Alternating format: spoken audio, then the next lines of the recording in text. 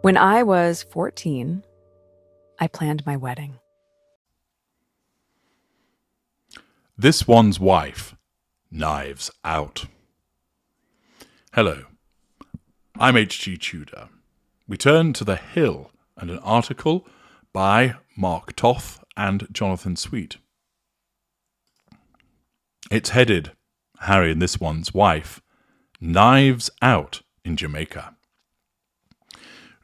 Red carpets, Hollywood glitz, and stage photo ops are not evocative of a humble Rastafarian lifestyle. Nor was This One's Wife gaudily wearing an oversized black ball dress during a surprise appearance at the movie premiere of Bob Marley One Love in Kingston, Jamaica.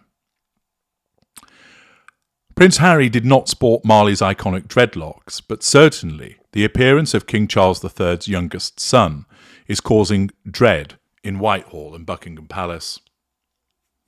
Always looking for an opportunity, which of course for This One's Wife is the subconscious pursuit of the prime aims, Harry and This One's Wife sent an unmistakable message by their very presence.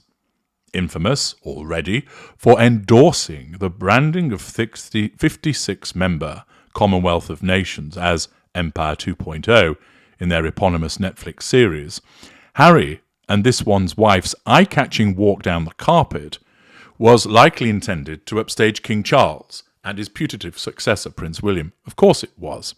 The narcissist must always come first. This One's Wife must always ensure that she upstages and outshines and overshadows everybody else. Knives Out, the 2019 dark comedy about an antagonistic family taking aim at its patriarch, would have been a more apt movie premiere choice. Harry and This One's Wife are clearly out for petty familial revenge in this latest instalment of their South Park branded worldwide privacy tour.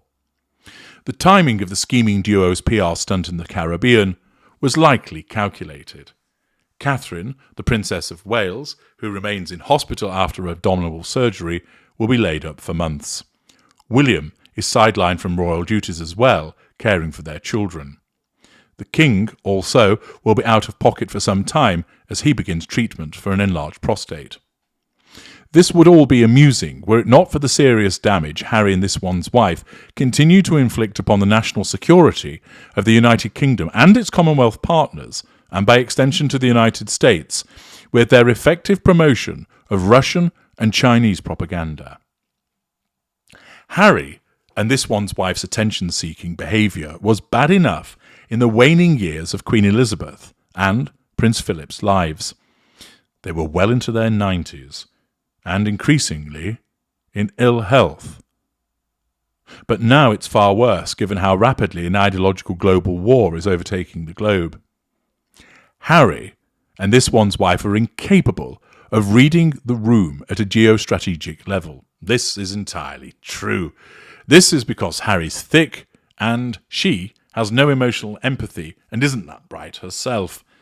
She's so self-absorbed, and he has become so self-absorbed as a consequence of occupying their awful shared fantasy, they repeatedly fail to read the room.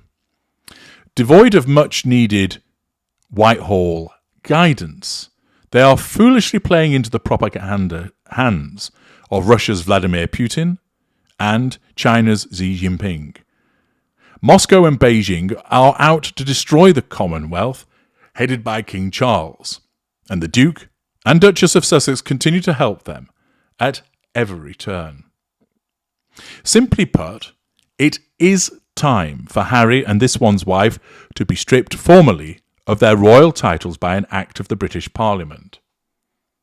Their decision at the One Love premiere to glad-hand Marlene Malahoo Forte, the Jamaican Minister for Legal and Constitutional Affairs, was unforgivable from a king and country point of view. Forte is spearheading the movement for Jamaica to cease being a realm of King Charles and to become a republic. Nor was it constitutionally wise for Harry to be pictured with Jamaica's Prime Minister, Andrew Holness, who is continuing with his plans to hold a referendum on it later this year. While formal independence and republicanism are certainly choices Jamaicans have a right to make for themselves as a country and as a people, Harry, in his capacity as the king's son, should not be seen as endorsing it. However, of course, he does engage in that implicit endorsement because it suits his wife to do so, and he's caught up in her self-absorption, that he does what she requires. And, of course, he fails to understand the ramifications of the actions that he takes. She, of course, demonstrates her hypocrisy. She's there cozying up to individuals that want to remove themselves from the monarchy whilst clinging on to a title at the same time.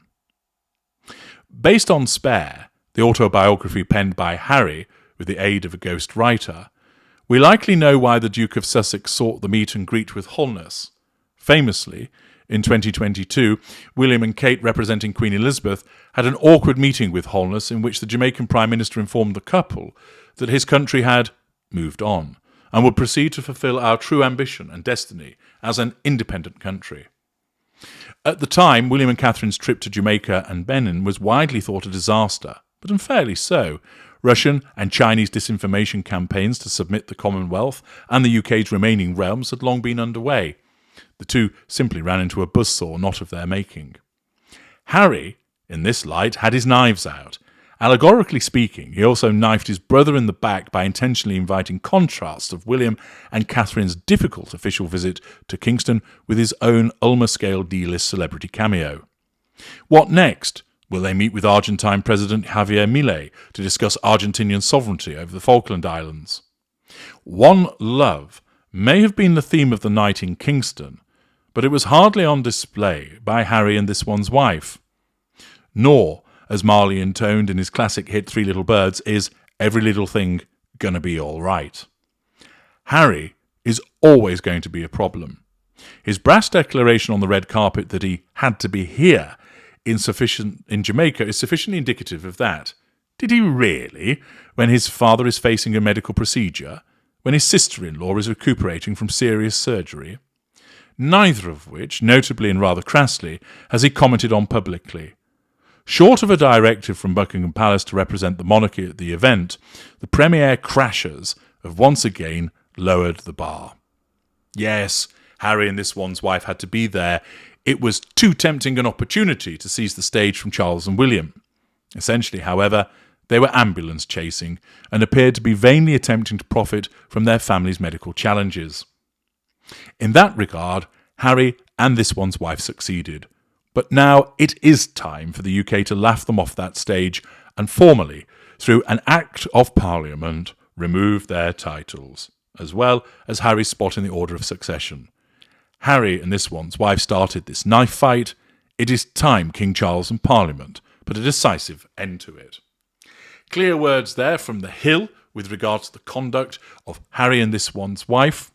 Her self-absorption in the fact that she can't get to the Golden Globes or the Oscars, so has to trot off to Jamaica, and then, notwithstanding what signal that sends vis-à-vis courting Republicans, whilst clinging on to her title, that's irrelevant to her.